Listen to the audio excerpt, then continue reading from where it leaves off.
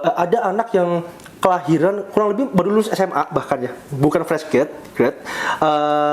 Mereka udah bisa mendapatkan pendapatan yang luar biasa, belajar tentang smart contract, belajar tentang coding. Lu belajar dari mana? Come on, sekarang udah banyak Google, ada banyak komunitas, so we can learn from it.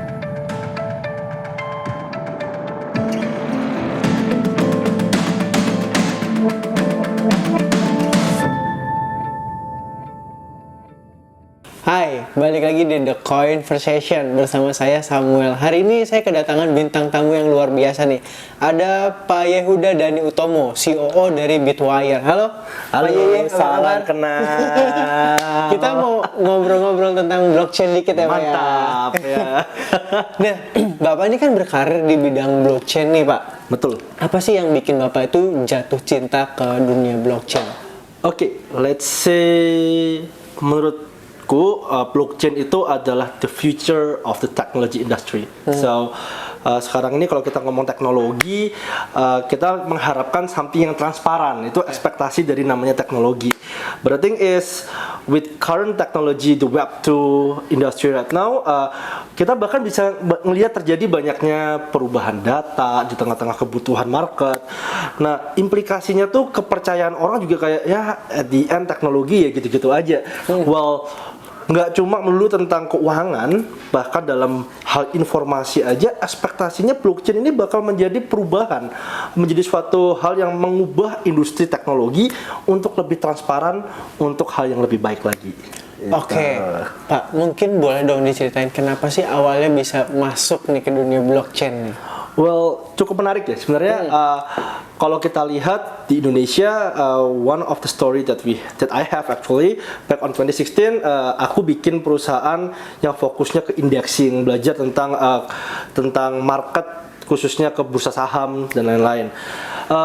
Tapi waktu itu kripto udah mulai naik dan kita melihat ada potensi yang luar biasa. Jadi itu yang kita lihat dari segi financialnya. Dan kalau kita mau lihat lagi, memang teknologi di dunia apapun tentang financial itu pasti akan lebih maju daripada kebanyakan teknologi yang lain. Jadi kayak one step ahead gitu kan.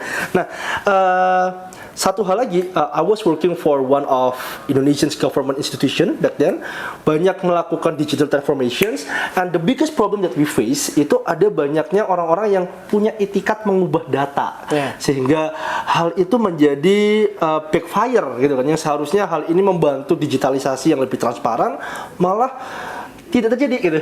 Dan dengan adanya blockchain, wow, ini bakal jadi future of the industry itself. Itu yang aku percayain sih. Oke, Pak.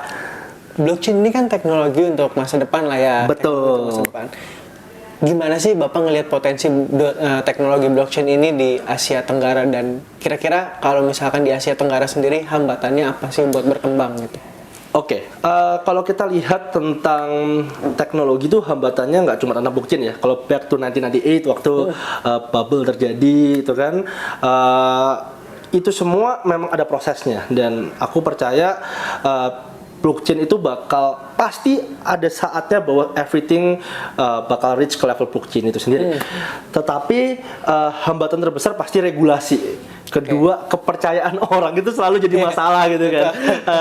Ketiga, pasti ada tentang peraturan, tentang pajak, tentang kepercayaan orang terhadap blockchain, dan kebanyakan orang masih berpikir blockchain tuh ujung-ujungnya kripto. Dimana kemarin ada case-case kayak FTX, ada case-case yang kayak dimana orang-orang rug pull tentang keuangan. Well, actually it happen in every industry gitu, nggak cuma tentang blockchain. Nah, makanya untuk menghadapi hal itu, tetap kita percaya dengan adanya asosiasi, adanya lagi komunitas yang besar, itu bisa membantu mengubah stigma-stigma negatif terhadap teknologi ini. Oke, tadi kita udah ngobrol-ngobrol nih. Kalau dari Pak Yeye sendiri, ada nggak sih inisiatif blockchain yang mungkin Pak Yeye ngelihat, oh ini bagus banget, atau misalkan oh ini potensial, atau kalau misalkan belum ada, kayak gimana sih yang menurut Pak Yeye itu bisa bagus nih ke depannya, yang buat Pak Yeye terkesan gitu?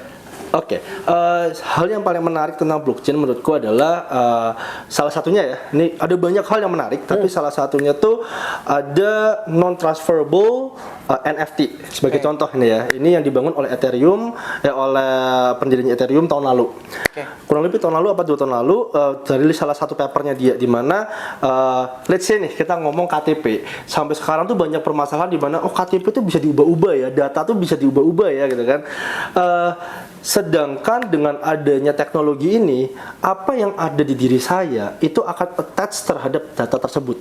Jadi tidak bisa dijual belikan, tidak bisa digantikan, dan yang terpenting tidak bisa dipalsukan karena memang attach terhadap diri saya sendiri. Nah, itu salah satu keys terpenting, dan saya percaya sambil berkembangnya teknologi ini akan banyak implementasi yang jauh lebih baik lagi seperti itu. Nah, Pak Yeye ini kan udah cukup lumayan lama ya Pak berkarir di dunia blockchain. Kalau misalkan nih kayak fresh graduate atau misalkan orang yang baru pengen ganti karir ke dunia blockchain, kira-kira langkah pertama tuh harus gimana sih, mulai dari mana gitu? Prinsipku pribadi adalah we have to learn gitu kan. Jadi kayak keep learning, we have to have the curiosity, kita mau tahu duluan gitu kan. Nah, nggak cuma fresh graduate ya, aku punya cerita. Tahun lalu ketika sebelum market down, itu kan banyak banget anak-anak muda yang kepingin belajar tentang blockchain. Ada anak yang kelahiran kurang lebih baru lulus SMA bahkan ya, bukan fresh grad. Mereka udah bisa mendapatkan pendapatan yang luar biasa, belajar tentang smart contract, belajar tentang coding. Lu belajar dari mana? Come on, sekarang udah banyak Google, ada banyak komunitas, so we can learn from it gitu lah. Jadi kayak gimana caranya? Join the community and belajar dari internet, langsung implementasi. That's the point gitu lah. Oke, menarik. Pak, kalau boleh digambarin dunia blockchain nih pakai satu kata, kira-kira kata apa dan kenapa dipilih kata itu? Revolusioner, karena dengan adanya blockchain ini mengubah stigma, mengubah pola kerja. Bahkan sebagai contoh, case NFT yang dulunya kita ngomong IP ya, Indonesia punya banyak permasalahan intellectual property. Let's say I build a technology, I build suatu art gitu ya. Di sini banyak art kita lihat di sini kan. Kita bisa copy paste hal itu dan claiming ini punya siapa gitu. Dengan NFT buktinya ini selama utility-nya ada bisa digunakan dan akan berimpact terhadap pemiliknya gitu. Nah, part-part ini hal terkecil, dan kedepannya bahkan tentang transformasi digital, tentang transparansi, tentang keamanan data ini bakal terjadi dengan blockchain itu sendiri. Oke, biasanya tuh seiring berkembangnya suatu teknologi biasanya suka ada kayak stereotype yang suka dikaitkan gitu Pak. Benar. Kalau di dunia blockchain sendiri ada nggak sih dan bener nggak gitu? Gini, kalau kita ngomong stereotip tuh sama halnya kita bilang, oh orang dari keturunan ini kayaknya seperti ini ya kelakuannya. Nah, kalau menurut saya itu kan nggak benar ya. Jangan sampai hanya karena oknum-oknum tertentu menjadikan teknologi ini menjadi yang disalahkan gitu loh. Padahal teknologi ini sangat bagus. Dan apakah hal ini bisa berubah? Seiring waktu saya percaya ini berubah. Sama halnya kayak teknologi. Dulunya orang ngomong teknologi itu jelek. Kenyataannya sekarang kita apapun perlu teknologi. Nah, seperti itu. Oke, kita mau masuk segmen berikutnya. Jadi di segmen ini sebenarnya cuma milih salah satu kata Pak. Nggak ada yang benar, nggak ada yang salah. Oke. Nonton atau ngoding? Ngoding. Oke. COO atau CEO?